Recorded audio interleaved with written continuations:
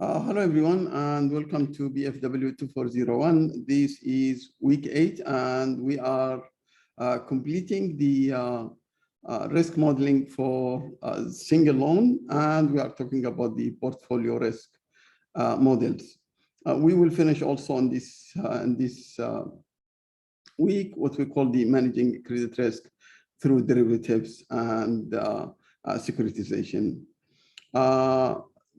Now, the difference of this recording of this week, we will have only one PDF, one PowerPoint file for the whole lecture, but the recording will be divided to many parts. So inside the PowerPoints, you will see where you stop. That will show you where you stop. This is recording ends here.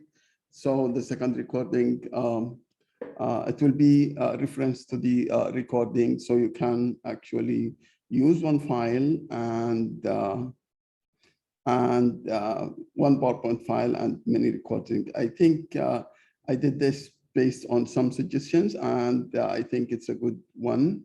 So what I will do now is I will just share my files, and this is actually the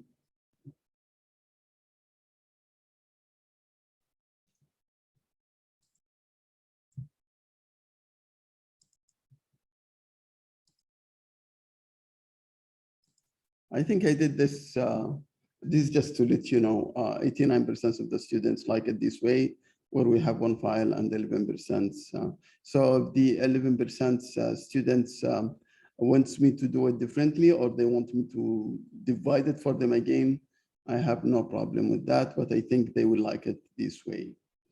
So let me now go to the to my recording, to my work of today. And we are here. So this is the this is what we are talking about. It's actually in week 7, week 11, and week 12.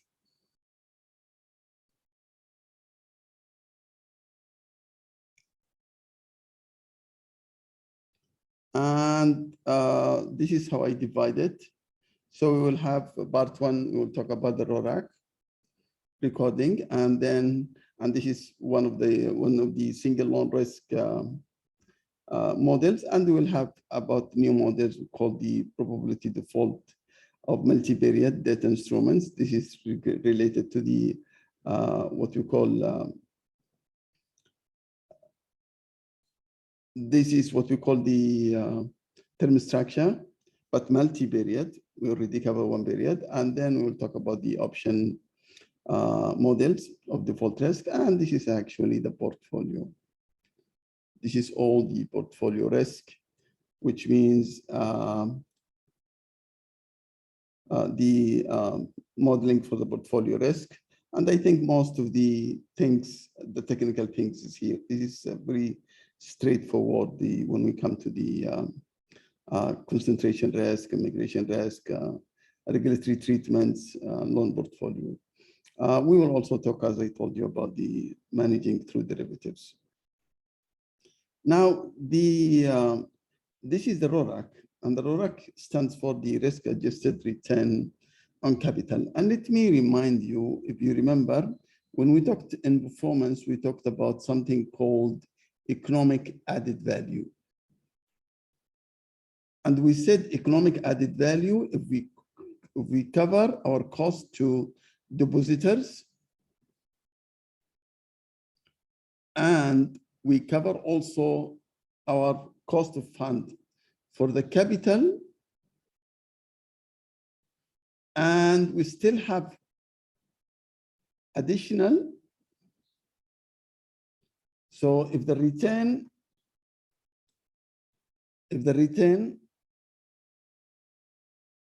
cover this type and this and this, and we still have additional, then we will have something called economic added value.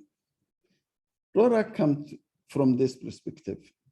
Now, if you understand this, which means RAROC actually does not talk about the return. We are not talking about, for example, the interest income of the loan over the loan, which is the assets. This will give us ROA. RAROC does not talk about this issue. RAROC talk about the additional, which means they want to see the marginal income, because I'm going to invest my money in risk-free, and the risk-free will give me I, which is the overnight. For example, they will give me I. Now, if this I, if I'm going to take it and I want to invest in crop rates, that will give me K. So the K minus the I will give me some type of spread. Now that spread, I want to see that spread or the additional income, which we usually measure it through the net income. We call it the net income, which actually comes from the spread plus the fees. And when I'm going to receive this spread, actually, because I'm receiving more risk, so I want to take not the asset, but the expected capital risk, which is, we call it unexpected capital risk if I go with this loan.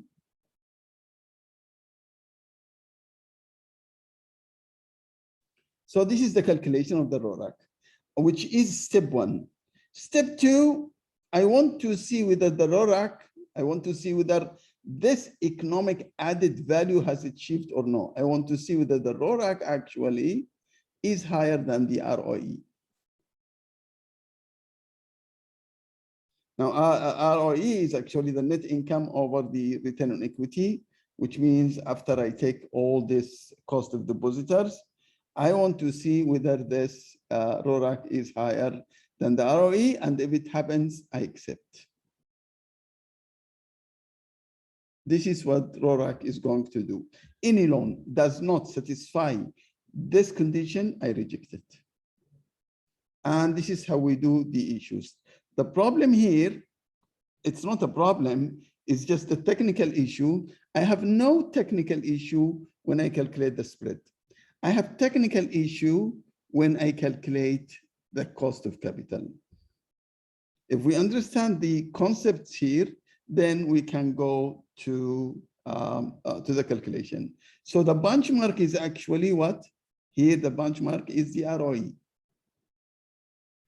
Now let me go now to the model. And maybe we have seen this. So RAROC actually can look forward and backward. And you will understand this if you understand how we calculate. So the RAROC, as I told you, is actually the fees, the spread plus the fees, right? The spread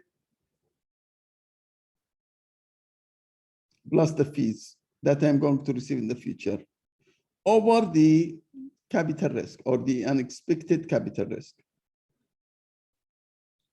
If this is the issue how to calculate the capital risk, and the capital risk when we do it is we are coming from what we call this formula, which is coming from the duration.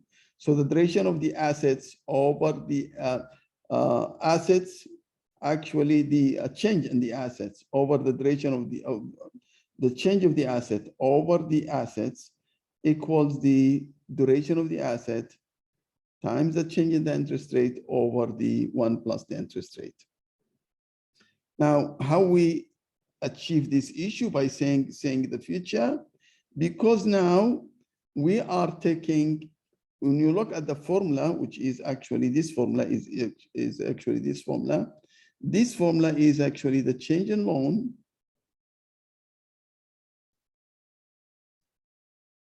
if you look at this, this is looking for the future when I am taking the spread and fees. But actually, when I'm trying to look at the change of the R, I have to look at the, I have to look to the best. Because this, I will see how the change of, how the change in the return actually happening for this company. And I cannot have it for this company. I will have the class of this company.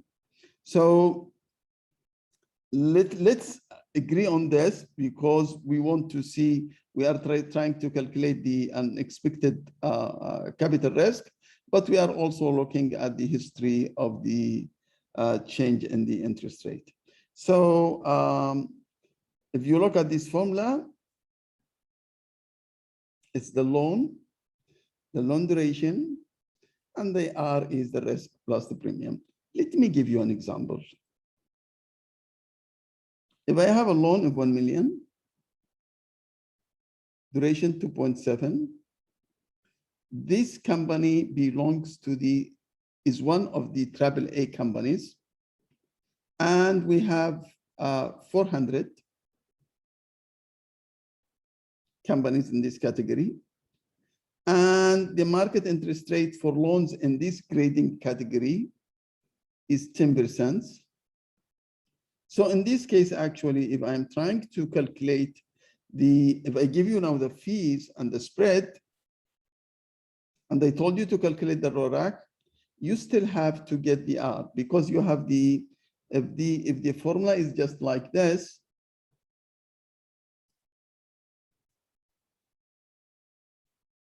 change in loan, which is, as I said,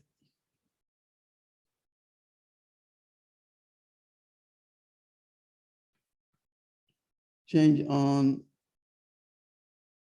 1 plus R, this is actually, I'm calculating the change in loan. This is the RAROC.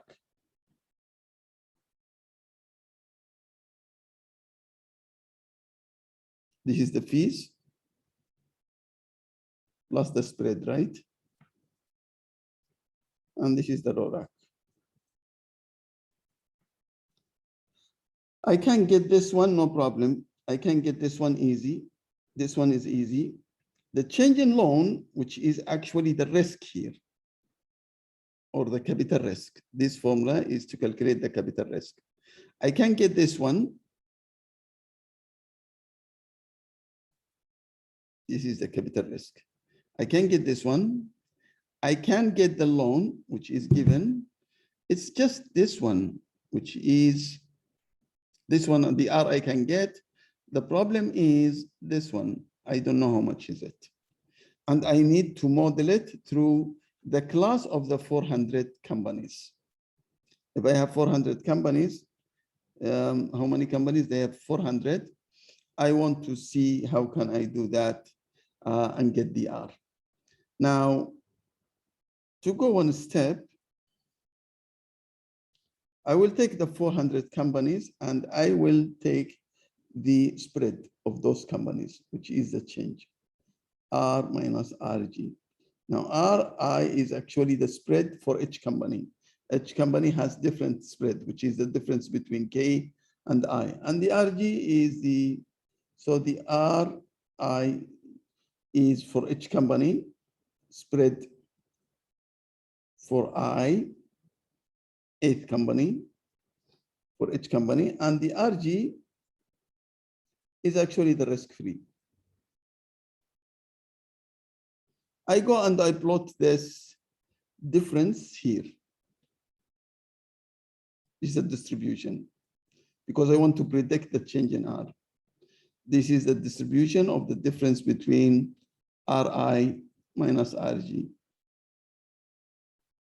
Now, I will take 99%. So as you can see in this distribution for this problem was 2% in the left tail and 3.5 in the right tail. I'm not going to take this one. I'm going to take only 99%. And why I'm taking the right, why the risk is here,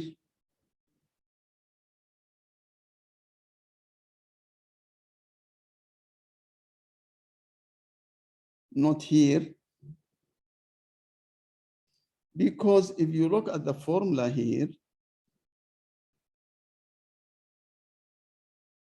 this formula, which is the change in loan, as I told you, duration of the loan,